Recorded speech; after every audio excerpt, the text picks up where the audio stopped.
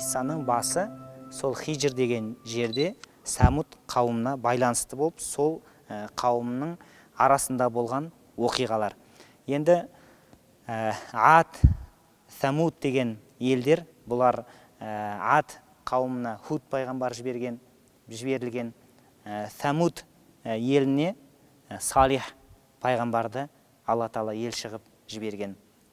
Бұл екеуі екі елде, бұның Худтың елі, Салихтың елі, сол жердегі Сәмудтықтар негізі сом денелі, мықты тастарды қашап тұрып, неше түрлі үйлер, неше түрлі құрылыстар жасайтын болған заманында. Сөйтіп, құрылыстар жасап, қаншама өркениеттері дамып, өздері ірі болады, күшті, мықты, жаңағындай адамдардың қолынан келмейтін үлкен үйлер салады, таң бәрі жақсы, әлхамдулилля, жаңағы өнерлерінің. Бірақ Алла Тағала сол қауымның арасынан енді пайғамбарды таңдап, ол пайғамбар сол қауымның ішінен шығады, Салих. Ол білімді, ізгі, лақоды күнті маржуан деген сөзді айтады. Халық қарсы шыққан кезде Салихқа айтады, шындығында сен үміт күткен адамымыз едің дейді. Яғни сонда бір текті, сондай мықты адам болған Салих. Соны шығарған кезде Салихтан бет бұрады олар. Өркениет дамып жатыр, үйлер, қала тұрғызылып жатыр, бірақ араларынан пайғамбар шыққан кезде, пайғамбар оларға Алланың жалғыздығын, бірлігін айтқан кезде, олар одан бас тартады. Өздері жаңағы Алладан өзгеге табынып, сөйтіп өздері Аллаға бет бұрмай пайғамбарға қарсы шығады. Соңында олар Алланың елшісін Салих пайғамбарды келеке етіп, оған шарт қояды. Ей Салих дейді, егер де біз сенің артыңа иман келтіреміз, егер де сен мынау таудың ішінен біз қалаған түйені шығарсаң дейді. Енді сенің құдіреті Алла Тағалаң шамасы келсе, осы таудың ішінен бізге түйе шығарсын. Бірақ ол түйенің бірнеше сифаттары болсын. Бірінші, ол түйе үлкен болу керек, және ішінде 10 айлық ботасы болу керек, түсі қызыл, жүні қалың, тіпті бір ішкен кезде бір құдықтан бір ауылдың суы қаншаға жетеді, соны ішетіндей болу керек. Сүтті де бергенде сондай көп беретін болу керек. Егер де осыны шығарсын, саған сенеміз дейді. Сонда Салих алейхиссалам, Алланың оған сәлемі болсын, сонда айтады, егер де мен Алладан сұрап, жалбарынып, осы таудың ішінен түйе шыққан болатын болса, сендер иман келтіресіңдер ме дейді. Сонда олар айтады, я, біз иман келтіреміз. Егер де сен жаңағы таудың ішінен түйені, біз айтқан сифаттағы түйені шығарсаң, иман келтіреміз дейді.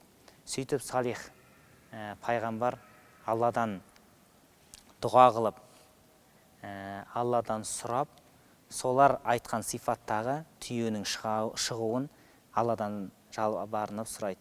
Сөйтіп Алланың ұлылығымен Алла Тағала бұл десе бола қалады, таудың ішінен тура солар айтқан үлкен сом денелі түйе, буаз түйе шыққан екен. Сөйтіп шыққан кезде қараңыздар, халық екіге бөлінеді. Біріншісі бөлігі, аз бөлігі, бұл Алла Тағаланың құдіреті деп сол түйені көре сала Алла Тағалаға иман келтіреді, Салих пайғамбардың соңынан ереді.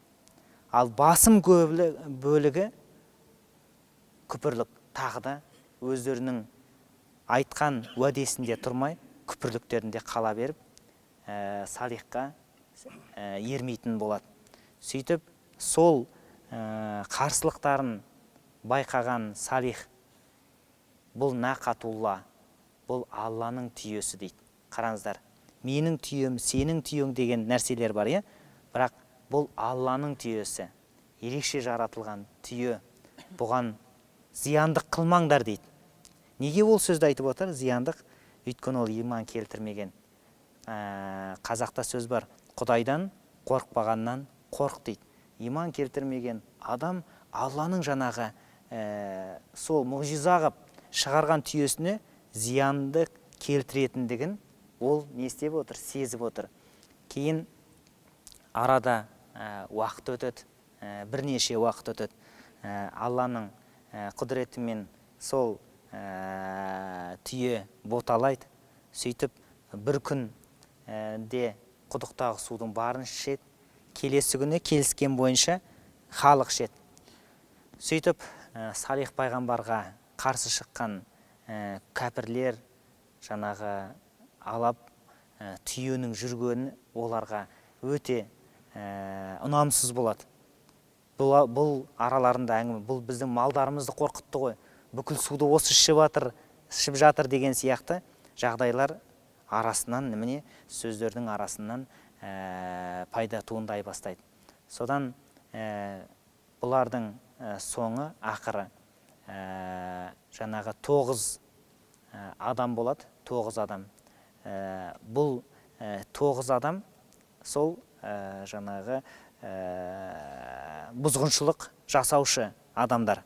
Соның біреуінің есімі Қодар дейді. Қазақтың әдебиетінде Қодар деген есім жағымсыз есім, Абай жолынан да біз байқаймыз, Қодар деген. Сол Қодар есімді адам болады. Сөйтіп олар келіседі. Не істейміз? Біз мынау түйені өлтірейік те соның етін жейік дейді. Қараңыздар. Сондай жаңағы азғындыққа, сондай күпірлікке Алла Тағаланың жаратқан нақа түйесіне зияндық қылмақшы болып солай жоспарлайды. Ақыры күндердің бір күнді олар түйенің су ішіп кететін жолында аңдып отырады. Бірақ түйе үлкен келе жатқан кезде 9 адам, сол барлық қауымның ішінен 9-ы сол істі жасауға, яғни өлтіруге бел байлады ғой. Сонда келе жатқан кезде бірінші оған қол жұмсауға жүрексінген екен. Сонда Қодар деген кісі түйенің тізесінен шабады, жақындап барып. Сол тізесінен шауып, түйені өлтірген кезде ботасы қашады. Сөйтіп ботасының артынан жүгіреді жанындағылар, оны да өлтірмекші болып. Кейін таудың жанына барып ботасы 3 рет боздайды да ғайып көзден ғайып болады. Ал қалғандары жаңағы үлкен түйені сойып, еттерін бөліп, соны үлкен сондай азғындық жасайды. Ақыры осы хабар Салихқа жеткен кезде Салих жаңағы Алла Тағаланың азабы келеді сендерге 3 күннен кейін деп, жаңа Алла Тағала оған уахи етіп, сондай сөзді айтып, жаңағы олардың Алла Тағаланың жаратқан түйесіне сондай азғындық жасаған қауымға Алланың енді азабы келетіндігін ескертіп, Салих пайғамбар кетеді. Сөйтіп, жаңағы 9 адам түйені өлтіреді, еттерін жан-жаққа шашыратып, бөліп, біреулер пісіреді, тағысын тағы. Кейін 9 айтады, 3 күн деп айтты ғой дейді. 3 күнді азап келсе дейді, біз бұлай істейік дейді. Бұл түйенің ісін өлтірдік дейді. Ендеше 3 күн әлі уақыт бар. Бізден бұрын мынау Салих өлсін деп, Салихтың өзін пайғамбарды өлтіруге, күпірліктің арты қалай кетеді, соны ақылдасады жаңа 9-ы. Сөйтіп, азапты көріп болса да біздіге азап түсетін болса, бірге көрейік, бірақ бірінші өлтіріп, 3 күнге дейін осы пайғамбарды өлтіріп, бірақ жаңағы түскен азабы көрерміз деп сөйтіп келіседі. Сөйтіп келісіп 9-ы бір таудың етегіне жиналған кезде Алла Тағаланың құдіретімен үлкен тас келіп үстіне түсіп, жаңа 9-ын мыжып сол жерде жаншып өлтірген екен. Енді қалған сол әрекетке сол Саумуд қауымы соларға қолдаушы болған, пайғамбарға ермегендер, Алланың түйесіне қол салғандар, соның етімен бөліскендердің барлығы бірінші күні түрлері сапсары болып кеткен екен. екінші күні түрлері қып-қызыл болып кетеді. Үшінші күні түрлері қап-қара болып кеткен екен. Сонда 3 күн дегені келе жатқан сезінген, олар өз-өздеріне көр қаза бастайды. Кімдер? Жаңағы күпірлікке өткен адамдар. Кейін Алла Тағала үлкен бір қатты дауыс жіберіп, Самуд елін құртып жіберген екен. Міне, Алла Тағала осы Шамс сүресінде осы туралы баяндайды. Алла Тағала Құранда былай деп келтіреді: «Кәззабат Самуду битағуаха идин баъата ашқаха фақала лахум расулуллахи нақаталлахи ва суқияха факәззабуху фақаруха фадамдама алейхим раббухум бидамбихим фасауаха ва ла яхафу уқбаха» дейді. Самуд азғындары өтіріксінді, оның ең жауызы қарсы шыққанда, сонда Алланың елшісі оларға Алланың түйесіне әрі оның суарылуына килікпеңдер деді. Бірақ олар оны жасанға шығарып, түйені өлтіріп тастады. Ал сонда Раббылары оларға қылмыстарының салдарынан апат жіберіп, жермен жексен қылды. Алла оның соңынан қорықпайды дейді.